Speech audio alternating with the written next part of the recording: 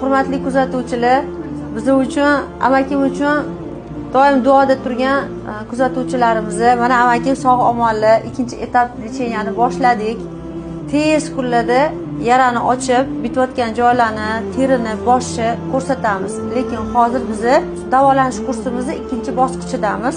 Bugun 3-kunlar amakimni 12 kun pereriv qilib keldilar. Ikkinchi etapda endi yana ham chuqurroq tozalovga qo'ydik. Hozir jigar tozalovi ketyapti. O'tqob yuvish, jigar tozalash, ichaklarni tozalash bu etaplardan o'tib bo'lib, ana endi chuqur tozalov, bu til tagidan qon chiqarib tozalab tashlash. Obki yaqinroq. Mana jigari ichidan chiqayotgan bu tiqilma hammasi. Birinchi bosqichda axlatlarni tozalab oldik, tanadan qurtlarni tozalab tushirib oldik. Ana endi qonni suyultirishga, immunitetni ko'tarishga, jigarga quvvat berish